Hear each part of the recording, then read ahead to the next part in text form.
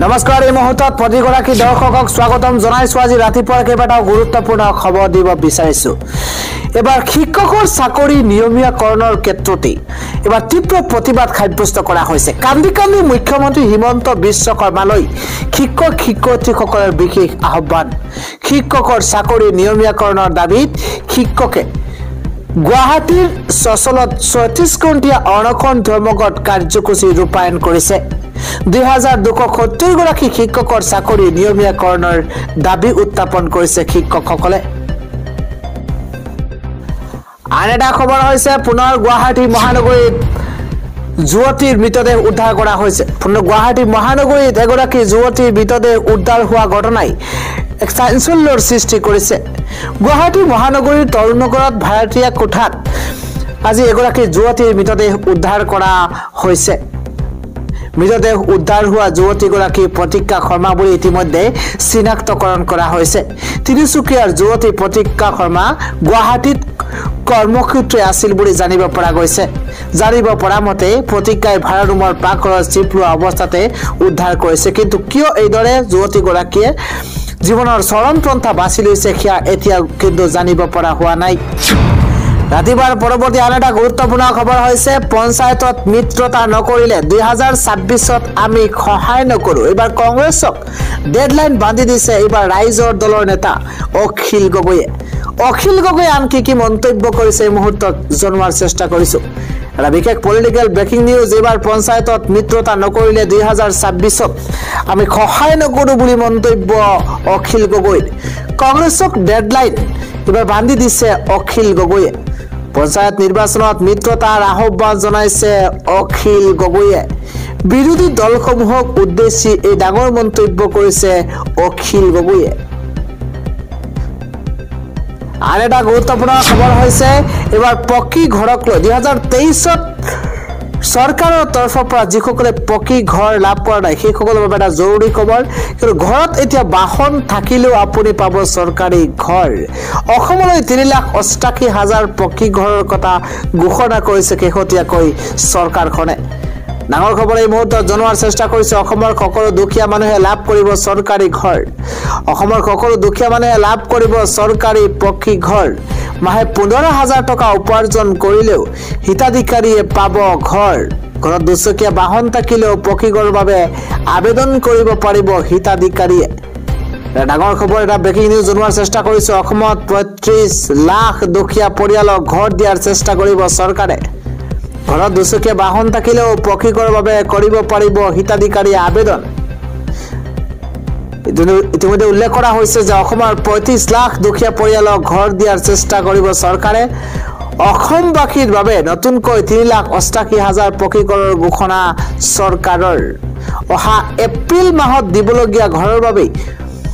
১৬,০০০ কোটি টকাৰ ঘোষণা কৰিছে নতুনকৈ সাৰ্ভে কৰি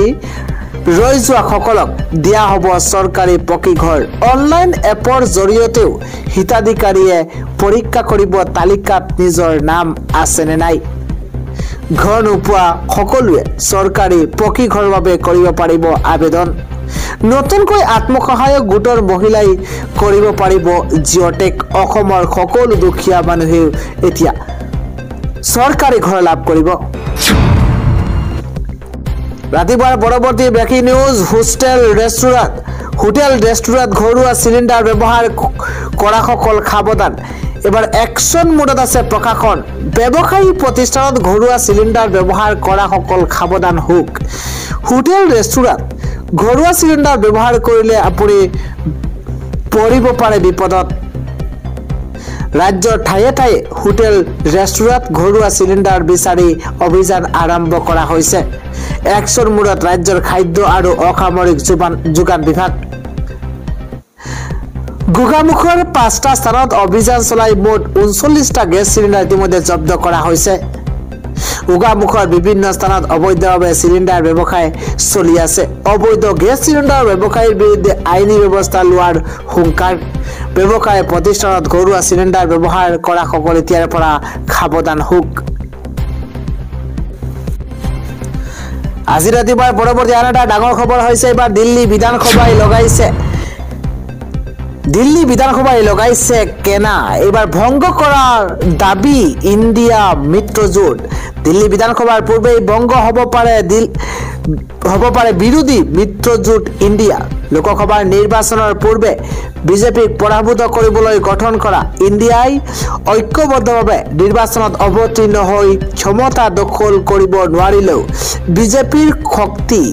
পূৰ্বতকৈ কিছু হ্ৰাস কৰিবলৈ সক্ষম হৈছে সেই ইন্ডিয়াই কিন্তু এতিয়া ভঙ্গ হোৱাৰ দিশে আগবাঢ়িছে জম্মু আৰু কাশ্মীৰৰ মুখ্যমন্ত্ৰী উমৰ আব্দুল্লাই মুকলিকৈয়ে কৈছে ইন্ডিয়া মিত্ৰজোটক ভঙ্গ কৰি দিয়াই উচিত হ'ব দৰাচলতে দিল্লী বিধানসভাৰ নিৰ্বাচনক কেন্দ্ৰ কৰি কংগ্ৰেছ আৰু আম আদমি পাৰ্টিৰ সমৰত লিপ্ত হৈছে লোকসভা নিৰ্বাচনত দিল্লীৰ 7খন আসনতেই মিত্ৰতাৰ প্ৰতিদ্বন্দ্বিতা কৰাৰ পাছত বিধানসভা নিৰ্বাচনত আপে অকলে প্ৰতিদ্বন্দ্বিতা কৰাৰ কথা ঘোষণা কৰিছিল আন এটা ডাঙৰ খবৰ হৈছে শেখ হাছিনা চৰকাৰৰ দৰে হ'ব নেকি মোহাম্মদ ইউনুছৰ অন্তৰ্বৰ্তীকালীন চৰকাৰৰ অৱস্থা কিয়নো দেশখনৰ সাধাৰণ জনতাই হাছিনা চৰকাৰৰ দৰে ইউনুছৰ অন্তৰ্বৰ্তীকালীন চৰকাৰকো উফৰাই দিছে এবাৰ ৰাজপথলৈ ওলাই আহি প্ৰতিবাদী জনতাই ইউনুছ চৰকাৰৰ বিৰুদ্ধে তীব্ৰ প্ৰতিবাদ সাব্যস্ত কৰিছে কিয়নো মূল্যবৃদ্ধিয়ে কোঙা কৰা দেশখনৰ জনতাৰ ওপৰত অধিক কৰৰ বোজা জাপি দিয়াৰ অভিযোগ সাধাৰণ ৰাইজৰ সেয়েহে এতিয়া প্ৰশ্ন উত্থাপন হৈছে যে হাছিনাৰ দৰে ইউনুছৰো একেই গতি হ'ব নেকি মন কৰিবলগীয়া যে বাংলাদেশত অত্যাৱশ্যকীয় সামগ্ৰীৰ মূল্য বৃদ্ধিয়ে জুৰুলা কৰিছে সাধাৰণ জনতাক হাছিনা চৰকাৰৰ দিনৰ পৰাই বাংলাদেশক মূল্য বৃদ্ধিয়ে সাধাৰণ নাগৰিকক প্ৰভাৱিত কৰি আহিছে আৰু তাৰ পাছতেই দেশখনৰ সৃষ্টি হোৱা অস্থিৰ ৰাজনৈতিক সামাজিক পৰিৱেশে এতিয়া প্ৰভাৱিত কৰিছে পৰৱৰ্তী ডাঙৰ খবৰ হৈছে এটা পলিটিক্যাল ব্ৰেকিং নিউজ কিয়নো বিটিচিৰ নিৰ্বাচনত 40খন আসনতে প্ৰতিদ্বন্দ্বিতা কৰিব কংগ্ৰেছ দলে বিটিচি নিৰ্বাচনৰ দিন তাৰিখ ঘোষণা হোৱা নাই যদিও নিৰ্বাচনী তৎপৰতা আৰম্ভ কৰিছে কংগ্ৰেছ দলে বিটিচিৰ 40খন আসনতে প্ৰাৰ্থী থিয় কৰোৱাৰ পৰিকল্পনাৰে এতিয়াৰ পৰা বিচিডিচিৰ পৰ্যায়ৰ পৰাই কাম আৰম্ভ কৰিছে কংগ্ৰেছ দলে সৰ্বভাৰতীয় কংগ্ৰেছ দলৰ সাধাৰণ সম্পাদক পৃথ্বীৰাজ চাটে